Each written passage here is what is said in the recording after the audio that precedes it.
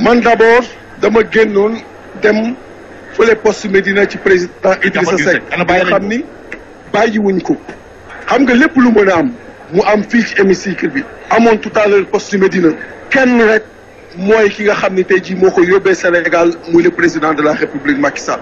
Premier appel bi ma koy def mooy na libérer le président Idrissa Seck sinon man ci sama bopp ak bépp responsable ak militant bu parti réew mi nekk biir réew wala bitim réew daanu dem poste Médina daan ko génne. C'est l'appel que je lui lance et c'est un avertissement. J'assume ce que je dis. Faut exprimer un droit garanti par la Constitution, le droit de manifester.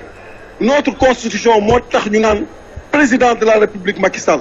Notre Constitution moo tax mu nekk ci palais bële. Notre Constitution moo tax ñuy réunir plus de 3000 milliards di ko teg entre ses mains pour muy définir nan la koy def biir Sénégal. Constitution boobu moo la jox yow ak man le droit de manifester.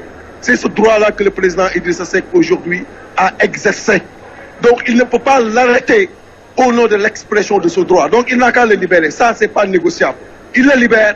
Sinon, nous-mêmes, on va marcher vers le commissariat, on va le libérer. Ça, je le dis de façon très, très, très claire.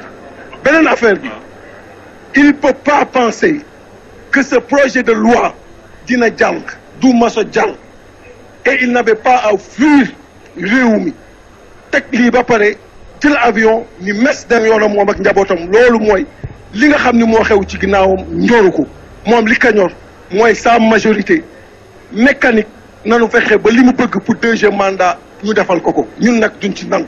signature yi nga xam ne ci nombre bu ñu nu doolee nombre bu amul benn signification la amul qualité nombre boobu quantité moom qualité ko ëpp njariñ donc taxaw fii di tàcc boo leen waxoon danger yi nekk ci parrainage bi sax xamuñu ko te danger yooyu mooy lan mooy tey jii ni demandé ñu taal suñu oto def ci ay essence wër ci àdduna indi 65 000 à 70 000 signatures bu fekkee 10 candidats la indil ko entre ses mains sur sa table 650 000 à 700 000 nit ñi nga xam ne duñ ko woteel ni ko am mi ngi ni jébbal nañ la ko bu ko defee mu ni xaaral nag ma jóg ñii ma empêché leen ñu bañ voté wala ñii ma dem def achat de conscience retourner leur vote xam nga loolu jaaduwul.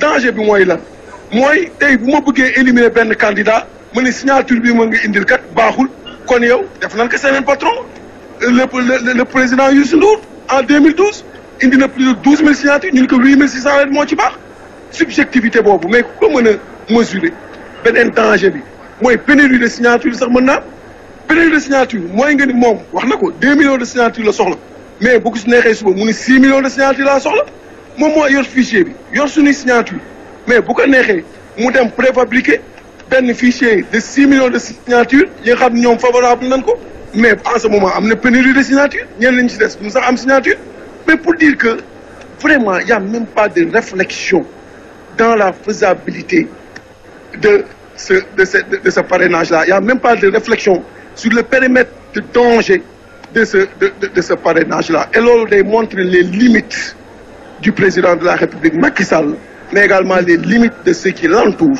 Mais il n'est pas question que nous continuer. Je l'avais dit et je le répète, il n'a qu'à libérer le président Idrissa Seck.